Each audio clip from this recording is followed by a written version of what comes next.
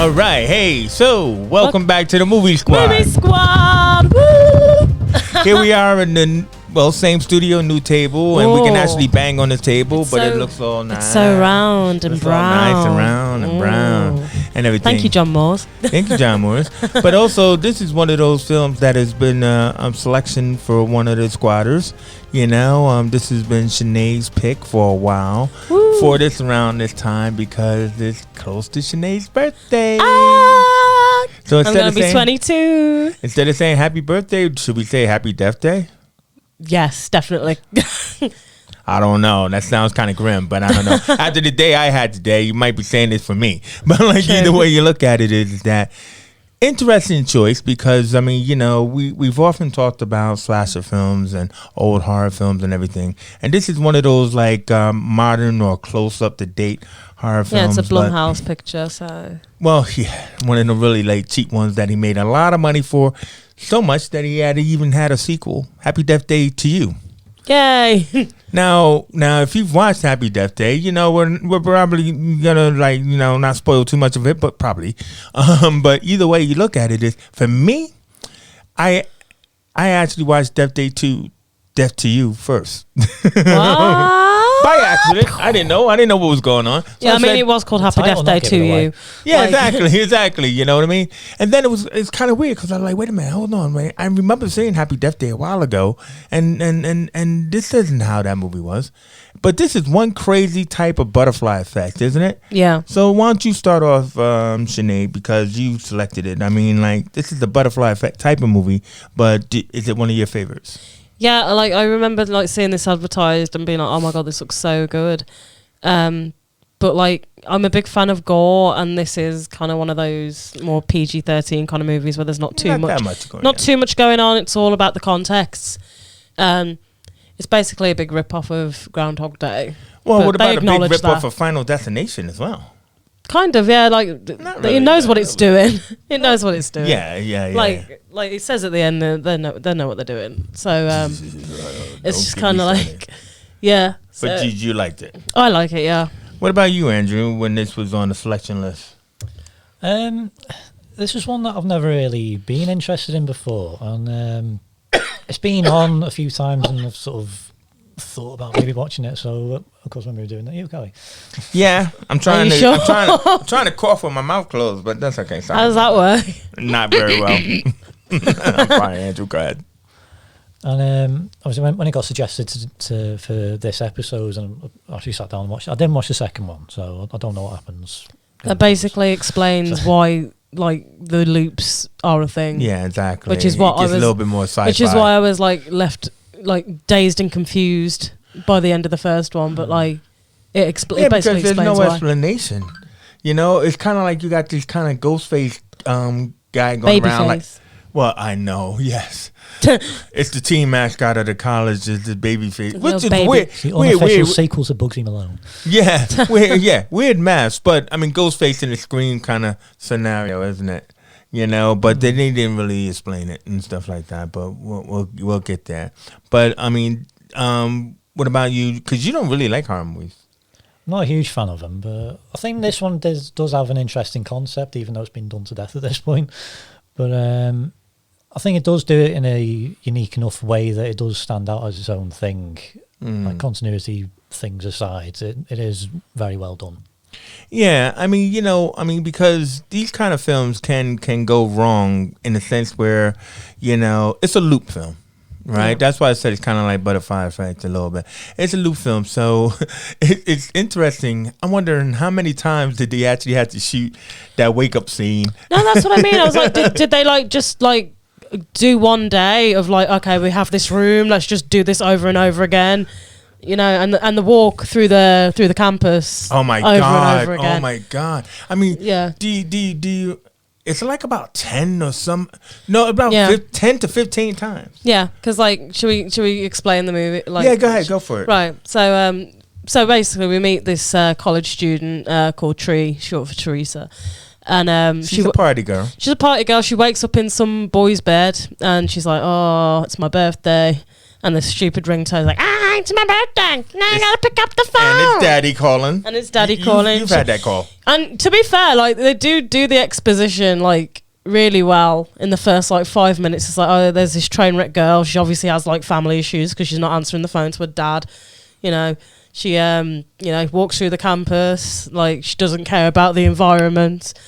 And then plays all the boys. And then she's got that guy going, hey, you haven't called me. And she's like, whatever. I'm a bitch. He takes their date to Subway. It's not like you have a foot long. And off she goes. Yeah, she does say that. She does say that. And off she goes to her sorority house, and she's like, "Hi, we don't eat. We don't eat, and we like see all the guys basically." Yeah.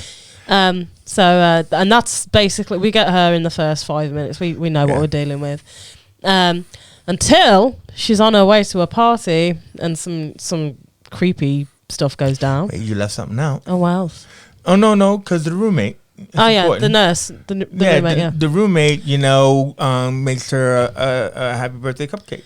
Yeah, and she throws it away because there's too many calories. Too many calories.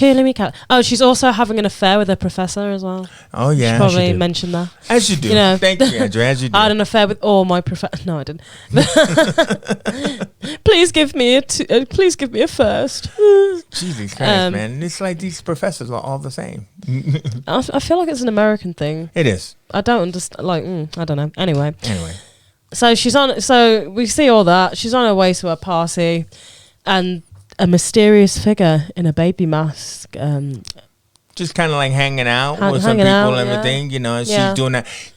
See, you don't have this, right? I've had this, because I went to, fraternity and college on campus where, when you're just walking along by yourself in the dark, and you're just kind of like, why do it? But people do. You know what I mean? Yeah. And then she ends up in that tunnel, with the weird... The music box. Playing Happy Birthday to You. Mm-hmm.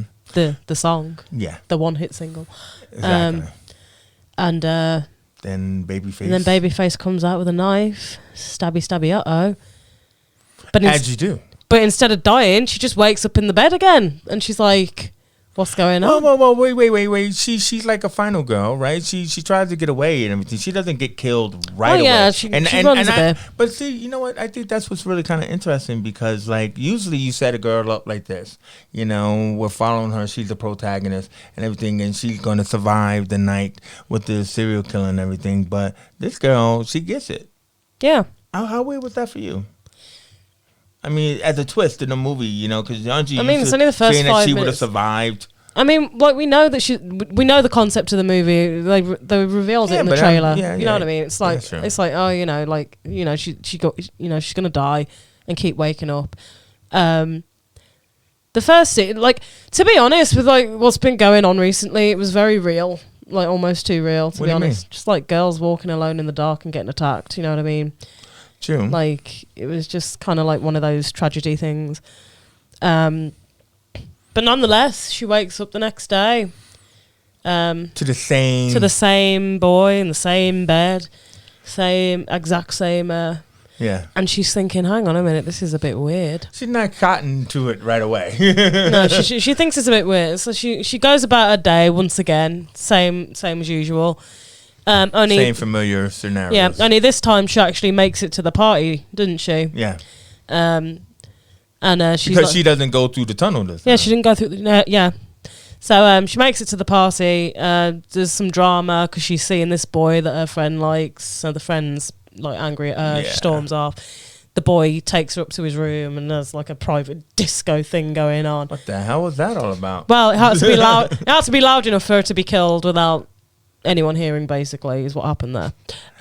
Yeah, well, see, that's where you kind of say that it is kind of like life, and because the guy comes in, remember, the drunk guy comes in, and you can just see the figure in the mask, and he thinks the drunk, and then so he's just like, hey, it is fucked up. Yeah, and once again, she gets killed. Right now, what made this not?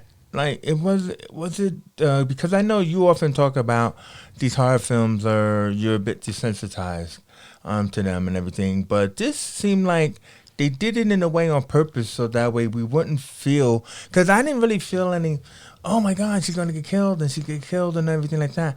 I mean, it seems like, is it the repetitiveness of it, do you think, or that made it like, eh? I think because you are expecting it to be killed off anyway, so you're sort of aware that it's going to sort of build up. That this is the concept. And the deaths are a bit censored as well, because like some of them, it's like you don't see the actual death. It's just her waking up. Stabbing. Yeah, she just wakes up, which is kind of like the whole PG-13 angle of the whole thing. But like, you know, so obviously second time this has happened, she's like, right, something's going on now. I know the future, or something's going on. So she's panicking now. So she goes through a day, walks through the campus, is really distressed, and then gets back to her nursery mate. And he's like, girl, I know what's going to happen before it happens. And she's like, okay, calm down, just chill. Like, don't be silly. Like how? And she goes, you've made me a cupcake and there's a party later. And she's like, what? Oh, who told you? And it's like, no, she actually knows, but she can't express that. To the woman, but then she does. But then because the guy that, you know, she wakes up in his room, Casa is his name. She takes the time to tell him, and because he's the guy, he kind of like believes her and everything like that. But unfortunately, if she dies again, she has to tell him all over again, and everything. But this is where I loved it. How as filmmakers, I thought they did a really good job of crunching time. Do you know that the writer is Scott Lobdell, and he's a comic book writer that he used to write Marvel comics? Really? I'm just saying, Andrew knew that, but yeah, and stuff. And her roommate, the nurse, is actually related to Matthew Modine, a guy from Vision Quest and Stranger Things and all of that kind of stuff. You know, is that her big break? Well, family. Nepotism, and everything. But so either way is that like, so we're trying to figure this story out, but I don't think they're really being too fair on us because we're just seeing a series of incidents. You know, it's like Lemony Snicket, right? Yeah, a series of unfortunate events. You know, I mean, and this is what was kind of like disappointing me because it's kind of like as they are doing their best to stop this loop, or however it started, you know, like there's really no, she makes subtle changes, but the day still ends with her dying. Yeah. I mean, she, like, so Carter on one of the loops tells her, like, if this is happening to you, you need to find out who wants you dead, basically. Yeah, like, make a death list. So she makes a little list, doesn't she? And then we see her, like, in a montage, just kind of dying over and over again, but, like, living her best life in between. She dyes her hair. You know, now, wait. That's the bit that pissed me off. Because when she dyed her hair, why did she dye her hair? Because there was no... Did it go back to being blonde when she woke up? Because she dies with pink hair. So she wakes up. I could have sworn the next day she had pink hair. No. All right, cool. All right. So... my blindness, sorry. Yeah. So she's living her best life, walks through the campus naked, very iconic. Very, very Lady Godiva. Very iconic. She's narrowing the people down, but she can't seem to like find who has the vendetta against her, even because like pretty much everyone on campus hates her for one reason or the other. So now the only thing we do learn about her is that her and her mom had the same birthday, so that's why she was getting a call from her dad, you know, happy birthday, and that's why she goes to meet him and everything else like that. But she establishes that her mom had died. And she's really upset about that. And that's why she doesn't celebrate her birthday. Exactly, and everything. So we learn bits and pieces about her, but we don't learn why, one, she's targeted, and two, why this babyface killer is trying to get her. And do you get the sense that the babyface killer is a real person or some kind of magical manifestation of this dream? Well, we know it's like a real person. Is it? Yeah. Have you not watched it? I have, but it's not. No, it's a real person that wants her dead, but she just doesn't know who it is. Yes, it is. Which still begs the question, why don't you just rip the mask off? In any of the deaths, Yeah, well, I think she tried that once, and this is what I'm trying to say is I thought, all right, that the baby face was different people. in the different times. Well, we'll get on to that. Okay, cool. So that's why I was confused. So she, we get these loops over and over again, and then here comes like the insight. Well, not an insight, an incident, but kind of like. So she wakes up one day, and she's in a bit more pain than usual. She goes to the hospital and because she's dying so many times. So that it starts to and physically discovers that she technically should be dead. Yeah. So she's in the hospital and stuff, and then the teacher / professor she's having an affair with is kind of like he gets killed off by Babyface because he's trying to get to her.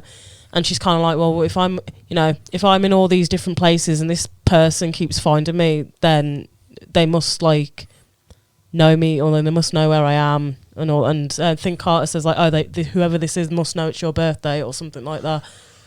Right, but then like she sees a news report and she thinks it's the local serial killer who just happens to be at that hospital. Yeah, so that's her initial thoughts, isn't it? So she's like, right, I think I know who it is. Of course, because he's a serial killer. It's time to get into action. I just got to kill this motherfucker before he kills me, or puts on the mask or whatever. And it happens to be the same hospital that she keeps getting sent to.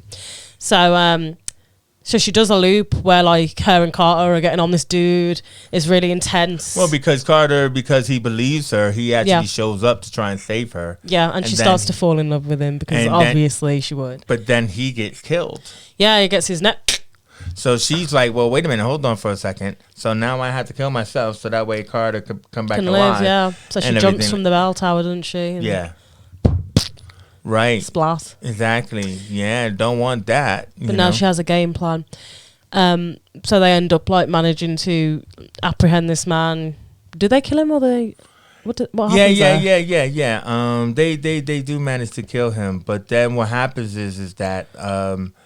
that's why they get together, right? Her and Carter, and then they're like, "We stopped him. We stopped." Hooray! It's kind of like that scene in a horror movie that you never try to do. It's over. We stopped him. Yeah. And then but then you realize you got 20 minutes left. But then that's what she pulls out the cupcake and everything, and then like she blows out the the cake and everything, and then she wakes up in the morning dead again. She's like, "Whoa, how did that happen?" And so now, to the reveal, she realizes that the cupcake must have been poisoned. What? Ergo, the true killer is actually her roommate, the nurse. And why? Because of a boy, of course. This film does not pass the Bechdel test. Not just the boy, but the teacher. The teacher. They're fighting over the teacher. No. Because he slept with you too. He's cheating on his wife with both of us, but I want to kill you because... Yeah. that's pretty, yeah. Bechdel test, yeah. So she's obviously really mad. They have a bit of a scuffle. She chucks her out the window, and that's the end of that, basically. And she doesn't get arrested. For Now, what? Now, the thing about it is, I was kind of pissed off by that because she killed her sorority sister in the sorority house. And everybody's supposed to believe that, I was like, going through this time loop because of this bitch and everything. She's trying to poison my cupcake because I know that it's like they ate the cupcake. So how do you even know? Right? But then everybody's just like, oh, man. You did the right thing, girl. Yeah. No, but did they not do tests on the cupcake? And they're like, oh, wow, that's hella poisoned. One would have think that they ate the cupcake, but they're probably going to say, well, all of it wasn't eaten or whatever. But I just thought it was just like lame storytelling writing there. Yeah, just convenient, wasn't it? That she just gets away with killing another sorority sister in broad daylight. Well, that was the master plan. Well, basically the roommate lets out the serial killer. So when she actually kills... Tree, sorry, not Brie. When she actually kills Tree, everyone's like, "Oh, it must have been the serial killer," and they don't suspect her at all. So, to just have her chucked out the window and then there's no consequence. It was a bit like, I want to see Tree go to prison and kill herself in prison so she can go back in the loop and do it without you know what I mean? Yeah, or something like that.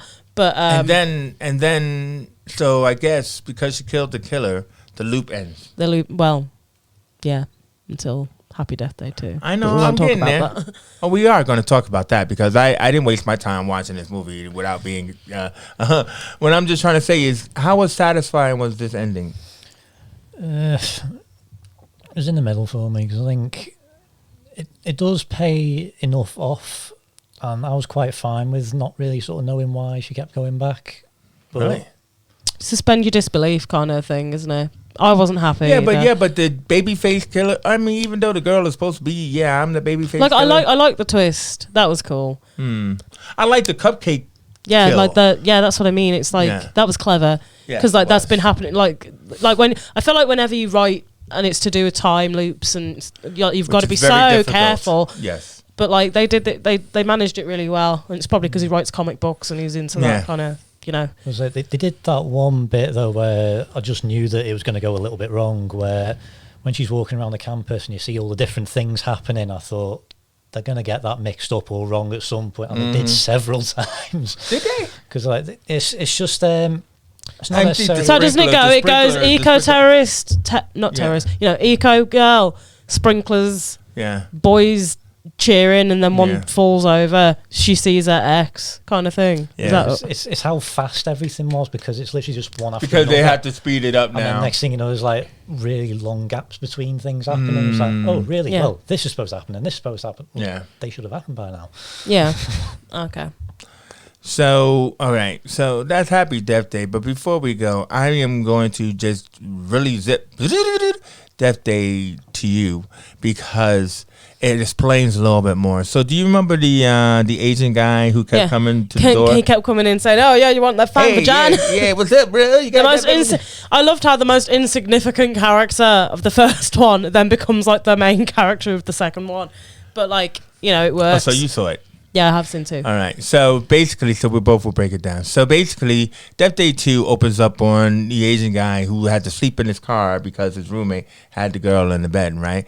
And everything like that. So like he wakes up and they give him like a little walking loop that he's going to have to remember and everything like that. He comes to the door and then his roommate is like, get out, and stuff like that and everything. And then so the second time, he does it. So basically, he goes to the science lab. Yeah, He's you got find out these his degree, nerdy- his degree is in some kind of like science. yeah, science. Let's just call it science. Science. he has this big science experiment. That's why the lights are flickering, because him and two other nerdy kids are building this big kind of like science contraption thing. And then So is this going on at the same time as the first one? yeah. Yeah. So after she left, he It happens like after, doesn't it? No. Or do he they has- overlap? No. It overlaps because he comes to the room. Oh, right, where the, in and the beginning. where Yeah. they are, Yeah. but we don't know it's that girl. And see, this is what happens when I saw the second movie first. Yeah. So we don't know it's the girl. So then it's like, then he goes to the lab, right, and they're working on some kind of like other dimensional multiversal thing, right? All the rage now. Remember, this is made Well. by a comic book guy, and and then what happens is that he goes into another lab, and then babyface killer, again comes out and stabs him, right, and he wakes up in the car again. So he's like, what the fuck? what happened? So we don't get like the multiple times, but he does it again, and then he comes back to the room and he tells them, why am I got this deja vu thing? And this girl's like, "Oh my god, same." It must have been passed on to you. So now it's the end of the first one, and then she's like, reason why it's not happening to me because it's now happening to you and everything like Yeah. that. How? What? You know what I mean? So it turns out that the science experiment in this lab is some kind of alternate dimension device. That keeps throwing them into different timelines after they're dead, basically. So so then they're like, oh yeah, so we gotta like stop this device and everything. But then what happens is that they stop- go to the football game. Yeah, they stop it for him, but then she ends up back in her original loop and she has to start all over again. Yeah, so she's like, why is this thing happening to me all over again? It was and she has and he comes to the door and he's like, "Did you get that far? You did this to me!" Like, it was just like... So now there's this babyface guy, right, who's not the original girl, girl, right, following him, right? So then they fight right? They chase each other. They chase him. And they end up back in the lab. And everybody, all these new characters, end up back in the lab and everything like that. And they unmask him, and it's him. He's his own double. Trying to kill himself so he doesn't fucking start like, the thing again.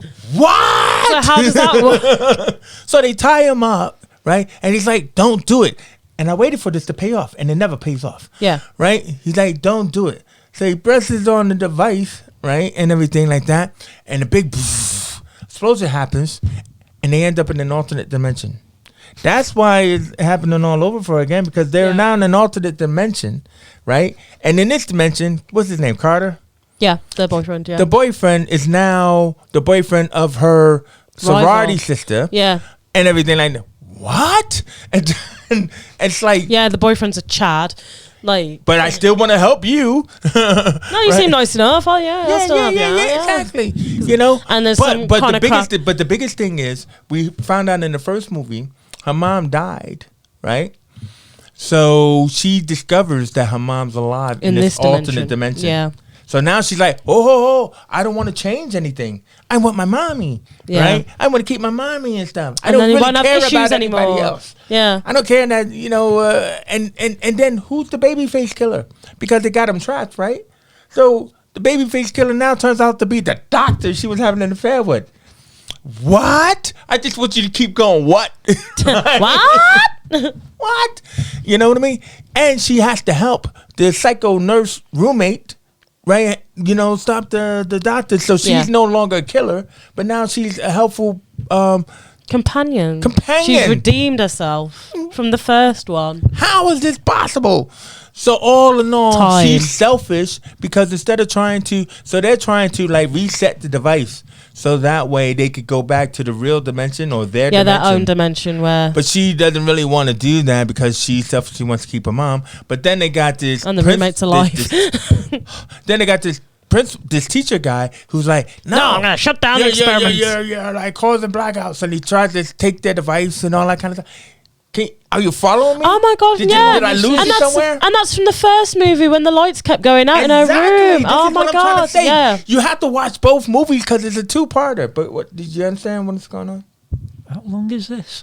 It's longer than so the original's like but the original's like an hour and a half. The second one's over 2 hours. It's supposed to try to explain the loop, but it still doesn't explain why she was in the loop in the first place. Right, this is my point. Then when they're in an alternate dimension and she's looping and and all that kind of stuff, he's not looping and he's just sitting there trying to fix the device. Yeah. Whatever happened to his doppelganger that's in the other dimension, right? We don't know about any of that stuff. And why is the sorority girl? Because she just needs more airtime to be the rival of the girl. Yeah. So anyway. Does this story make any sense? No. So, but is it a wait. I'm getting to the ending now, Andrew. So, it becomes a running clock, right? They manage. She realizes that I'm gonna have to sacrifice my relationship with my mom, right, and everything, and they Scooby Doo this shit, kind of like Spider-Man and everything, and they finally get back to the dimension. As they it belong is. in, and she has her boyfriend, and they all remember what's going on here. Because she lost her boyfriend, so it's either my mom or my boyfriend. That became her thing, right? So she gets her boyfriend back, right? They're back, but where did the doppelganger go? He's gone, right? And everything. Mom's gone, and then what happens, Sinead? I don't remember. The government shows up. Oh, of course they do, yeah. As they do, and they're like, yes. We need all of you nerds, right? Come with us, right? We're going back to our secret base. Only you seem to know how to make this device work. And they go, okay, let's do it. And cut! No Happy Death Day 3. Oh, my God. Please don't make D&D. No, do it. I want to know how this pans out. When did this come out? 4 years ago? 5 years ago? Oh, God, is it that long? 2017 was the first one. 2017. That's only 4 years ago. 5 years ago. Yeah. Anyway. Well, Death Day 2 must have came out like about 2 years ago. Yeah. So, unfortunately, you might get a Death Day 3. Yes. You shouldn't, because one of my point is they still have not explained the babyface killers. It just what they did was they just keep having different people take on the role of death. Yeah, but because it's a different dimension, different people take the role. You know what I mean? Time and space. That's what the story is You know about. how, like, in and Marvel, it's written by a guy who writes comic books. Well, exactly. That's you know why how, like, it's in stupid. Marvel, like, in Marvel, there's a dimension where they're all zombies. That's just how it works. It's the multiverse, Andrew. It's the multiverse. That's what it is. It's the multiverse. Does that not madness. impress you now? It sounds like it's written by Chris Chibnall. It probably was. Let's have a look. But I mean, so either way you look at it, Death Day to you. I had to do it, man, because I was forced to watch these films. Yep, what?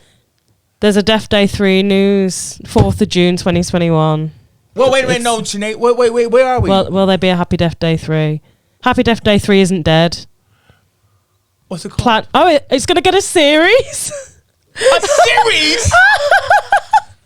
A TV series? A TV series? Where they jump through time like sliders. Yeah. You don't know it, but I remember sliders. Blumhouse has a plan. Blumhouse has a plan for Death Day 3. So first there's Death Day 3, the movie, and then Death Day 3, the series. I mean, Death Day, the series. Reveals working... Happy Death Day 3, director Christopher Landon reveals working title and update. He was the guy who did those other Something about Netflix, maybe. Netflix, I could see them picking this up and everything. And like, it's like a Final Destination, the series, or Butterfly Effect, the series. Oh my God, I really didn't think she would find that. But either way, there we are. There you go. I hope you enjoy this. Yeah. We'll see you in 2 years when Death Day 3 comes out. Well, probably, because if they said 21, it probably slowed them down with the pandemic. Maybe, yeah. They probably was working on it, and then they had to stop because of the pandemic, and then so it's not 21, it'll be 22 that comes out. I can guarantee it that's coming and everything. You looking forward to it, Andrew? I have no idea. Watch the second one and then tell us if you were looking forward to it. Are you guys looking forward to it? Comment below if you're looking forward to Death Day 3. Yeah, comment below, man, because, I mean, I had too much time on my hands to watch both of these movies back to back and everything. So either way you look at it, it was all for you, Sinead. Oh, thank you. Happy birthday or happy me. Death Day to you and everything like that. You know what I mean? And so in the comments below, wish you a happy birthday. Not you, Mom. We know how you feel. You know what I mean? But until then, we out of here, guys. Right? Movie Squad.